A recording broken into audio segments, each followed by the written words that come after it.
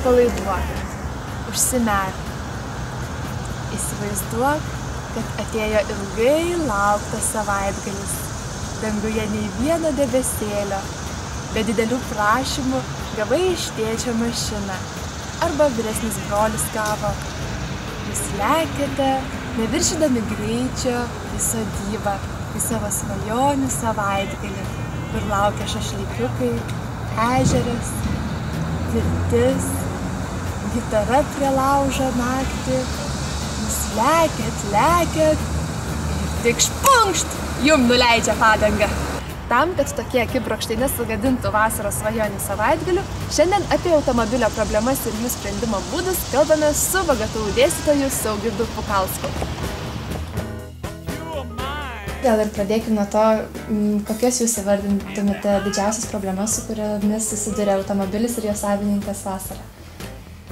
Tai vasarą didžiausia būna viena problema, tai būtent variklio perkaitinimas. Jeigu variklis ir automobilis pats nėra visiškai gerai prižiūrimas ar ne, arba jis yra kažkiek tai jau senesnis, gali būti tam tikrų problemų su jo varikliu ir tada variklis perkaista. Tai dažniausiai tai galim pamatyti spūstyse, miestuose, kur stovi daug automobilių, jie mažai juda ar ne, arba juda labai nedideliais greičiais.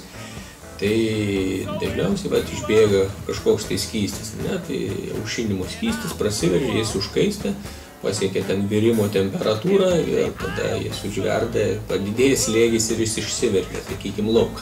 Tai kokie yra pirmieji žingsniai kovojant su šitą problemą spūstyje, tarkim?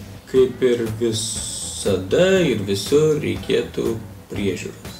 Visų pirma priežiūros, tvarkingai prižiūrėti automobilius, laiku keisti, kas numatyta, tiek aušinimo skysčius, jeigu bus atitinkamas alyvos kiekis ar ne, jos ne per mažai variklyje, variklis gerai tepsis, tai tada mažiau kais, jeigu mažiau kais, tai mažiau reikės jį aušinti. O koks yra geriausias būdas kovoti su karščiu automobilio salone? Ar geriau yra įsijungti kondicionierių, ar vis dėlto atsidaryti langą? Taip, jau kaip jūs paminėjote, yra du būdai, ar ne? Tai lango atidarimas ir kondicionieriams naudojame. Jeigu važinėja mieste, tai aišku geriau gelbėja lango atidarimas. Geriau gelbėja ta prasme, kad mes mažiau teršiam aplinką, ar ne? Nes jeigu jungiam kondicionierių, tai kondicionierius reikalauja kažkiek tai energijos, ta energija tai yra degalai. Bet gali būti ir tokių dienų, kada oras toks karštas, kad langas nebepadeda, tada jau reikia ir kondicionierių jungti. Nors kažkada tai prieš 20 metų dar niekas nežinojom, kas yra kondicionierius ir kažkaip išsiversdavom ir be to. Jūsų nuomonė, ar mašina yra geriausias būdas keliauti vasarą? Be abejo, kad ne. Mašina nei vasarą, nei žiemą nėra geras būdas.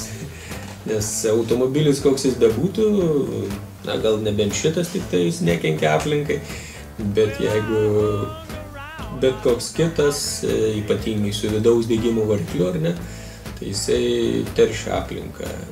Geriausiai būtų keliauti pėsčiomis, bet pėsčiomis mes negalime, aišku, nukeliauti didelių atstumų.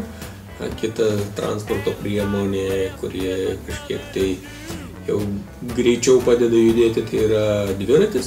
Jau atsirado ir elektrinių dviračių dabar šiais laikais, nors jie dar pakankamai brangus, bet, sakykime, jie palengvintų, sakykime, tą mūsų kelionę ir gaunasi, kad vien tik elektrą mes ypatingai daug nenuvažiuosim, bet kai įsikrauna baterija, gali minti kojomis ar ne, arba ją pataupyti tiesiog važiuojant į kalną tą bateriją. Tai būtų tokia optimali turbūt transporto priemonė vasarą ir neypatingai dideliais atstumais.